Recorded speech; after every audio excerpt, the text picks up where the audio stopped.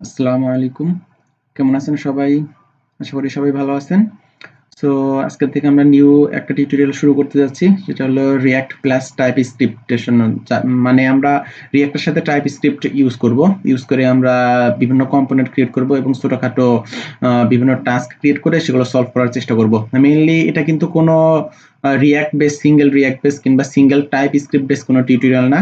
এটা React plus TypeScript দুইটার combination করে কিভাবে আমরা আমাদের অ্যাপ্লিকেশনগুলা ডেভেলপ করতে পারি সেই ক্ষেত্রে সেই জন্য মেইনলি এই টিউটোরিয়ালটা প্রোভাইড করতেছি।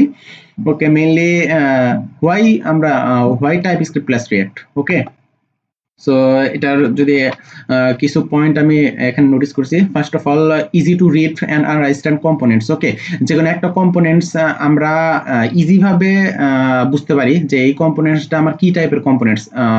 টাইপস্ক্রিপ্ট বলতে মেইনলি বোঝায় আমরা রিয়াক্টের ভিতরে যে কোনো কম্পোনেন্ট কিংবা যে কোনো ফিল্ড, যে কোনো ভেরিয়েবল এটার একটা টাইপ ডিফাইন করে দিতে পারবো, যে ওই ভেরিয়েবলটা শুধুমাত্র ওই টাইপই ক্যাচ করবে, অন্য কোনো টাইপ ক্যাচ করতে পারবে না। সো আমরা টাইপ ফিক্সড করে দিতে পারবো। সো এইগুলার জন্য এই দিক থেকে আমরা আমাদের কম্পোনেন্টগুলোর সবকিছু আমরা ইজিভাবে রিড করতে পারি, ইজিভাবে আন্ডারস্ট্যান্ড করতে পারি যে আমাদের এই মেথডটার প্যারামিটার হিসেবে কি ক্যাচ করবে, অনলি কি টাইপ ভেরিয়েবল কিংবা কি টাইপ ডাটা প্রোভাইড করলে এই মেথডটা ক্যাচ করতে পারবে।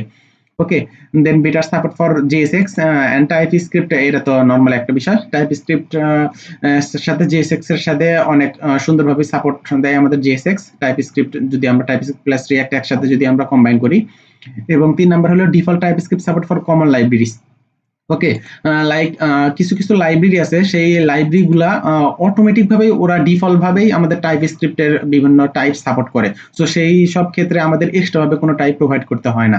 Okay, then 4 number, gradual adoption of existing project. Okay, আমাদের যদি কোনো প্রজেক্ট থাকে, লাইক এক্সিস্টিং কোনো একটা প্রজেক্ট আছে, প্রজেক্ট গুলোর জন্য যদি আমরা কোনো কিছু বুঝতে চাই যে আমার প্রজেক্টের লাইক এগুলো আগেই ডিসকাস করা হয়েছে ওই রকমই, লাইক বড় কোনো প্রজেক্ট আমরা ডেভেলপ করতে চাই। ওকে, বড় কোনো প্রজেক্ট ডেভেলপ করার জন্য যদি আমরা React প্লাস TypeScript যদি ইউজ করি, অনেক সময় আমরা অনেক প্রবলেম ফেস করি। অনেক ডেভেলপারই এই প্রবলেমগুলো ফেস করে যে React প্লাস TypeScript যখন করা লাগে তখন আমরা টাইপস্ক্রিপ্টের জন্য আরো কয়েক লাইন কোড আরো বেশি লিখতে হয় এবং অনেক সময় অনেক ইরর পাই এবং ইরর গুলো সলভ করার জন্য আমাদের আরো বেশি কষ্ট হয়, আরো বেশি টাইম লাগে, আমরা তাড়াতাড়ি করতে পারি না। সো এইগুলোর জন্য অনেকেই বলে যে টাইপস্ক্রিপ্ট ইউজ করা খুব একটা ভালো না। আবার কিন্তু আপনি যদি লং টার্ম সাপোর্টের কথা বলেন, আপনি লাইক একটা বিগ একটা প্রজেক্ট আপনি ইমপ্লিমেন্ট করলেন, সেটা আপনি টাইপস্ক্রিপ্ট ইমপ্লিমেন্ট করে, কিন্তু সেই জিনিসটা এতটাই বেনিফিশিয়াল হবে, লং টার্ম সাপোর্ট করবে, সেটা আপনি এখন বুঝতেন। মানে ডেভেলপার এন্ড থেকে আমাদের ক্ষেত্রে তো অবশ্যই একটু কঠিন হয়, একটু কষ্ট হয়, কিন্তু পরবর্তীতে যখন ওই প্রজেক্টটা সাপোর্টের কথা যদি আমরা চিন্তা করি তাহলে সেটা বেস্ট অ্যাপ্রোচ হয়, লাইক টাইপস্ক্রিপ্ট ইউজ করা যে কোনো সবকিছুর সাথে। ওকে, এবং লাস্টেরটা, benefit comes with static type checking and intelligence in general.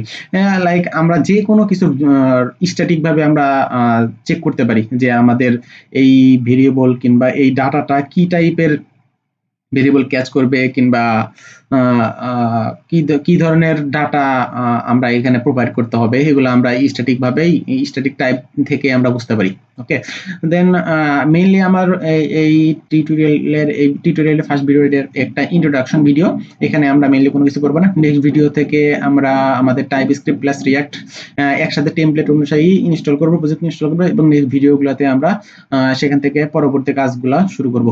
ইনশাআল্লাহ আশা করি এই ভিডিওতে আপনাদেরকে নিউ কোনো কিছুর সাথে ইন্ট্রোডিউস করাতে পারবো। তো সবাই আমার জন্য দোয়া করবেন এবং আমার চ্যানেল অবশ্যই সাবস্ক্রাইব করবেন। Thank you. আসসালামু আলাইকুম।